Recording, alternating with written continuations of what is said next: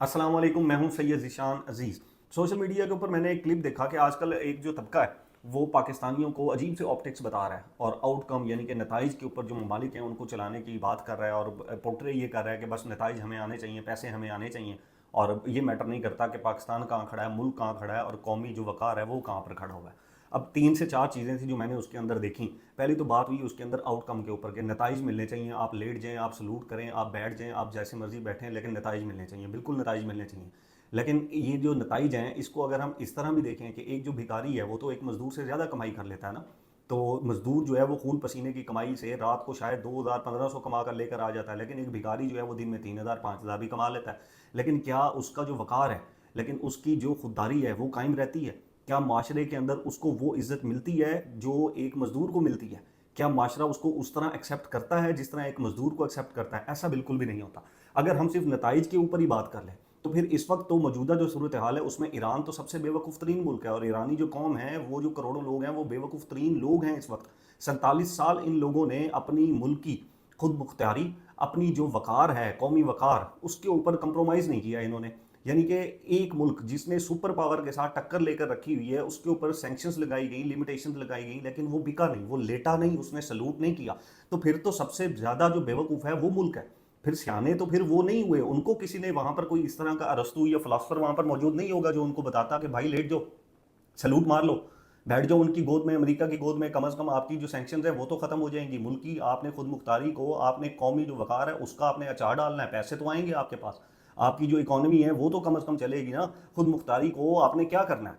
अब इसी चीज़ के साथ अगर हम देखा जाए तो वो मुल्क जो इस वक्त डट के खड़ा हुआ है, जो खुद मुख्तारी के ऊपर बात कर रहा है, वो $450 बिलियन की इकोनॉमी चला रहा है। पाकिस्तान से कहीं बड़ी उसकी जो इकोनॉमी है वो है, जबकि पाकिस्तान दूसरी तरफ हम देखें तो हमने क्या देखा है, हमने कहाँ पर खुद मुख्तियारी ली है, हमने कहाँ पर जो मुल्की या कौमी वकार को हमने मद्देनजर रखा है, हमने कहीं पर भी नहीं रखा। लेकिन इकोनॉमी फिर भी उनसे नीचे है हमारी।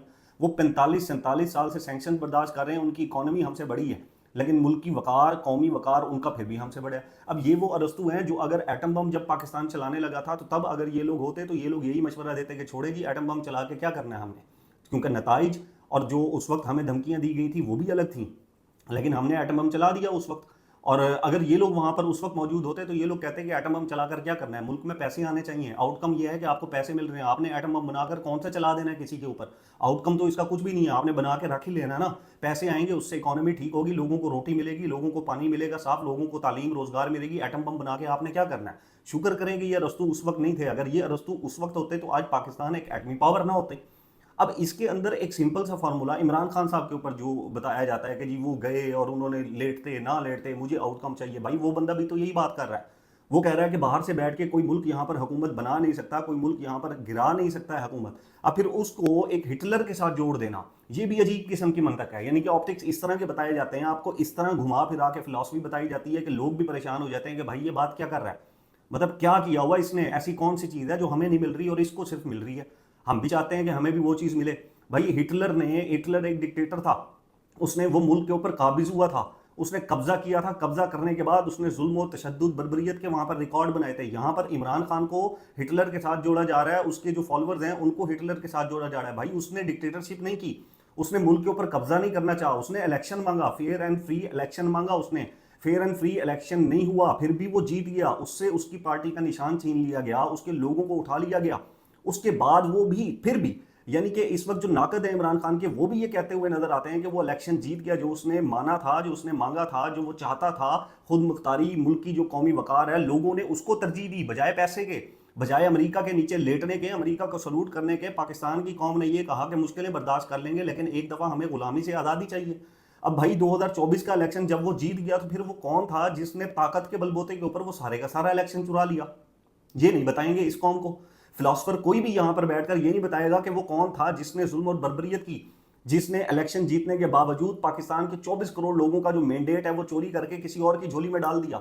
उसका नाम कोई भी नहीं लेगा। यहां पर इस वक्त ताकत के बलबूते के ऊपर किस तरह हुकूमत चलाई जा रही है, लोग बोलते हैं उनको उठा लिया जाता है, सहाफी बोलते हैं पीका एक्ट उनके ऊपर लग जाता है। यही ये जो अरस्तु हैं, फिलोसफर हैं, ये जो डिजिटल के हैं, ये नॉन पीटी आप अरस्तु इनको कह लें, फिलोसफर कह लें, यही लोग जब दूसरी तरफ की बात करते हैं तो इनको उठा भी लिया जाता है। लेकिन अब ये दूसरी तरफ की बात ही नहीं करते क्योंकि अब ये लेट गए हैं। اور یہی یہ پوری قوم سے چاہ رہے ہیں کہ آپ بھی لیٹ جائیں. ہم لیٹ گئے ہیں تو آپ کے لیٹنے میں کیا مسائل ہے؟ روٹی پانی کپڑا مکان آپ کو ملتا رہے گا, آپ ایک خوشحال بھکاری کی طرح کی زندگی گزار لیں. اس سے فرق نہیں پڑتا کہ آپ کی پوری دنیا کے اندر عزت ہے یا نہیں ہے. اس سے فرق نہیں پڑتا کہ آپ کا وزیر اعظم کہیں پر جا کر پیسے مانگتا ہے یا وہاں پر بیٹھ کر انٹرویو دیتا ہے واپس آ کر کے بیگرز آر ناٹ چوزرز. اس سے کیا فرق پڑتا ہے؟ آپ کی جو قوم ہے, آپ کے لوگ ہیں, وہ ایک خوشحال بھکاری کی زندگی تو کم از کم گزاریں گے. آپ نے اپنی وقار کو, ملکی وقار کو, قومی وقار کو, اپنی خود مختاری کو رکھ کے آپ نے کیا کرنا ہے؟ آپ کو 3 وقت کی روٹی ملے گی, آپ کو پیٹرول سستا ملے گا, آپ کو بجلی سستی ملے گی. اب یہی جو گورنمنٹ ہے, عمران خان سے پہلے آپ دیکھ لیں تو بھائی یہی گورنمنٹ تھی نا, یہی عمران خان کا جب دور تھا تو انہوں نے ووٹ دو کا عزت مارا تھا نا. تو یہ بھی تب ہٹلر تھے, یہی جو نون لیگ تھی یہی کہتی تھی نا ووٹ کو عزت دو, یہی باہر نکلے تھے, انہوں نے ہی احتجاج کیے تھے, انہوں نے ہی مہنگائی مارچ کیا تھا نا. یہی بیٹھ کے باہر سے جنرلز کو کس طرح کے جو ہے وہ ان کے اوپر الزامات بھی لگائے جاتے تھے. الزامات کہیں سچ کہیں, آپ کو وہاں کے تو سچے لگیں گے, یہاں والے آپ کو غلط لگیں گے.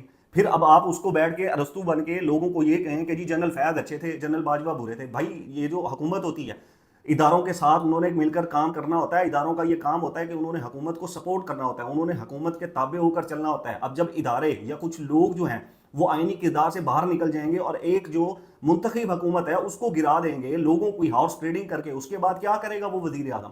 وہ وزیر اعظم ظاہری سی بات ہے جب دیکھے گا کہ نظام اندر سے ختم کیا جا رہا ہے, اندر سے مفلوج کیا جا رہا ہے, تو وہ اس کے خلاف بولے گا نا.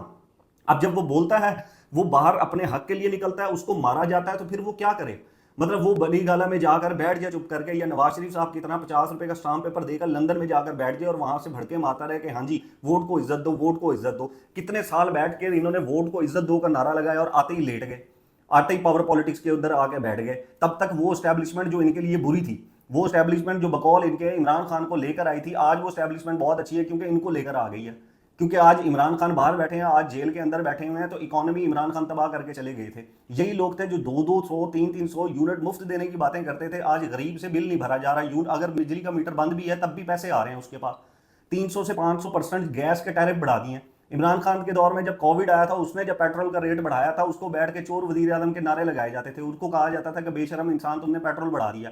تب یہی جو ارسطو ہیں, ہمارے فلاسفر ہیں, یہ بیٹھ کے ویڈیوز بنایا کرتے تھے کہ دیکھیں جی اکانومی تباہ کر دی ہے, پاکستانیوں کا تو حال ہی نہیں ہے, یہ تو کوئی چیز خرید ہی نہیں سکتے, ان کی جو بائنگ پاور ہے وہی ختم ہو گئی ہے. آج بیٹھ کے یہ اس کے فضائل بیان کر رہے ہوتے ہیں, اب نئے حمز بند ہے, اس وجہ سے وزیر اعظم سچا ہے. اور یہی وزیر اعظم جب پیٹرول سستا کرنا ہوتا ہے تو خود بیٹھ کے آ کے خطاب کرتا ہے پوری قوم سے, جب مہنگا کرنا ہوتا ہے, جب ٹیکا لگانا ہوتا ہے تو پھر کسی اور کے تھرو ٹیکا لگا دیتا ہے. اب تیسری چیز کے اوپر اگر ہم اس کے اندر آ جائیں, کہتے ہیں جی پالیٹکس جو ہے وہ دشمن کو بیوقوف بنانے کی ہوتی ہے. بھائی دشمن کو بیوقوف بعد میں بنا لینا, پہلے جو عوام کو بیوقوف بنایا ہوا ہے, ان کو جو آپ نے مہنگائی مارچ کیا تھا, جو آپ نے مفت ان کو بجلی دینی تھی, جو آپ نے ان کو آٹا دینا تھا, چینی سستی کرنی تھی, بجلی ان کے لیے, گیس ان کے لیے سستی کرنی تھی, بھائی وہ کون دے گا؟ تو کیا پالیٹکس آپ کی نظر میں یہ ہے کہ اپنی 24 کروڑ عوام کو بیوقوف بناؤ, ان کی جتنی لئی تئی جئی پھیر سکتے ہو وہ ان کو پھیر لو, لیکن آپ کا ڈپلومیٹک امیج اچھا ہونا چاہیے, آپ کے جہاز اڑنے چاہیے, آپ کو سلوٹ ملنے چاہیے, آپ کو امریکہ جو ہے وہ بیٹھ کے امریکی صدر آپ کا 20,000 دفعہ نام لے لے. آپ کے اندر لوڈ شیڈنگ ہو رہی ہے, آپ کے اندر لوگوں کے پاس, مزدور کے پاس, غریب کے پاس کھانے کے پیسے نہیں ہیں, یہاں پر ملینز آف بچے اسکول سے باہر ہیں, لیکن کوئی مسئلہ نہیں, آپ کو سلوٹ تو پڑ رہا ہے نا, آؤٹ کم تو مل رہی ہے نا, پیسے تو آپ کو مل رہے ہیں نا. یہ وہی بات ہے وسیم عباس صاحب والی کے چیک دے دیا کرتے تھے میاں صاحب. تو یہ جو ارسطو ہیں ان کی بھی کہانی اتنی ہے کہ بس پیسے آنے چاہیے, خود مختاری کو کیا کرنا ہے, ہم نے ملکی وقار کا اچار ڈالنا ہے, ہمیں روٹی ملنی چاہیے بس. قومیں تو نہیں اس طرح سے کبھی بھی جو ہے وہ بنا کرتی. اب جب قوم اٹھ کے کھڑی ہو گئی اور اس نے یہ کہا کہ بھائی آپ لوگ الیکشن کرا لیں, ہمیں پتا ہوگا کہ ہم نے کس کو ووٹ دینا ہے, اتنا ہی اگر وہ برا تھا تو اس کو ووٹ ہی نہیں پڑنے تھے بھائی. 8 فروری 2024 کو اس کو اتنے میسو ووٹ کیوں پڑے؟ کبھی اس کے اوپر بیٹھ کر کھل کل تو برے, کبھی اپنے ضمیر کو تھوڑا سا تو جھنجھوڑ لیں, تھوڑا سا تو کہیں کہ یہ جو کروڑوں لوگ ہیں یہ بیوقوف ہیں. یہ لوگ یہی سمجھتے ہیں, یہ لوگ جو ارسطو ہیں یہاں پہ ڈیجیٹل, یہ یہی سمجھتے ہیں کہ یہ کروڑوں لوگ بیوقوف ہیں. ہم جو 4-5 لوگ جو 4-5 کتابیں انگلش کی پڑھ گئے ہیں, ہم ان میں سب سے زیادہ سیانے ہیں. ہم آپ کو بتائیں گے کہ آپ نے کہاں ووٹ دینا ہے, ہم آپ کو بتائیں گے کہ آپ نے کہاں بیٹھنا ہے. اگر آپ نے وہاں ووٹ دے دیا جہاں ہم نہیں چاہتے تو پھر آپ بیوقوف قوم ہے, جاؤ جا کر مرو. آپ کو روٹی نہیں مل رہی, آپ کو کپڑا نہیں مل رہا, مکان نہیں مل رہا, تو بالکل ٹھیک ہے. لیکن اب اگر آپ کو نہیں مل رہا, تب کے دور میں آپ کو نہیں مل رہا تھا تو ہم آپ کے ساتھ تھے, لیکن اب آپ نے ہماری پسند کی گورنمنٹ آ گئی ہے, بے شک آپ نے اس کو ووٹ نہیں دیا, تو روٹی کپڑے مکان کو کیا کرنا ہے آپ نے بھائی؟ آپ کا تو یہ کام ہی نہیں ہے.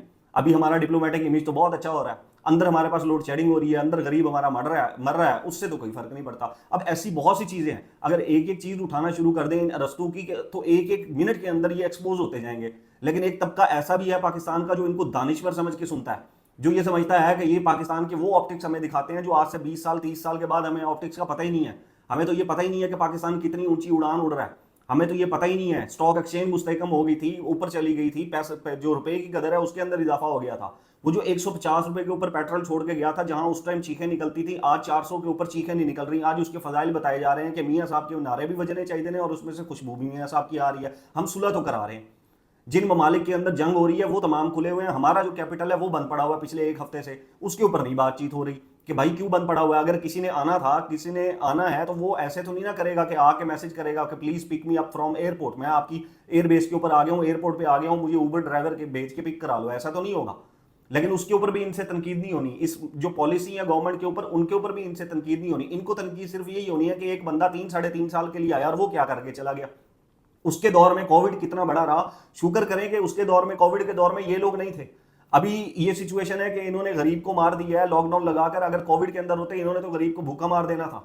यहाँ पर लोगों ने खुदा ना खास्ता खुदकुशियां कर लेनी थी, क्योंकि इनको यही चाहिए था। इनको ये चाहिए था कि भाई नताइज ये है कि जो हमारे पास कोविड है ना, उससे भी बंदा मरा, भूख से बंदा मर गया, बेरोजगारी से बंदा मर गया, पानी से जो रोटी है उसकी वजह से बंदा मर गया, महंगाई से बंदा मर गया, उससे कोई मैटर नहीं करता। तब यही कहते ये रस्तू बैठ करके देखें जी, कम से कम कोविड की वजह से तो नहीं ना मारा वो बंदा। अब ऐसी बहुत सी चीजें हैं जिनके ऊपर बात हो सकती है और जिनके ऊपर बात भी करनी चाहिए, लेकिन बैठ के 4-5 चीजों को जोड़ के उसको पहले हिटलर के साथ मुवाजना कर देना, फिर आउटकम के साथ जोड़ देना, फिर एस्टैब्लिशमेंट के साथ बैठ बिठा के, और पॉलिटिक्स जो है वो दुश्मन को बेवकूफ बनाने के साथ बैठ के एक क्लिप चेपा और उसके बाद अपनी बल्ले बल्ले करा ली, और लोगों को 24 करोड़ लोग जो है उनको बेवकूफ बना लिया। लेकिन किसी ने भी ये नहीं नाम लेना कि भाई गोलियां यहाँ पर कौन चलाता है, यहाँ पर मैंडेट कौन चोरी करता है, यहाँ पर लोगों को कौन उठाता है, यहाँ पर सियासतदानों को कैद कौन करता है, ये नहीं किसी ने नाम लेना। 24 करोड़ लोगों में किसी को भी ये नहीं बताएंगे। 4-5 जो अरस्तु हैं ये सिर्फ बैठकर आपको वो फिलॉसफी बताएंगे जो आपके ऊपर से गुजर जाएगी, और आपको ये लगेगा कि भाई बहुत इंटेलेक्चुअल किस्म का आदमी है और 50 साल बाद की कहानी हमें पाकिस्तान की ये सुना रहा है। बहरहाल जी, अब तक के लिए इतना ही। नेक्स्ट व्लॉग तक अपने इस चैनल का ख्याल रखिएगा। अल्लाह हाफिज़।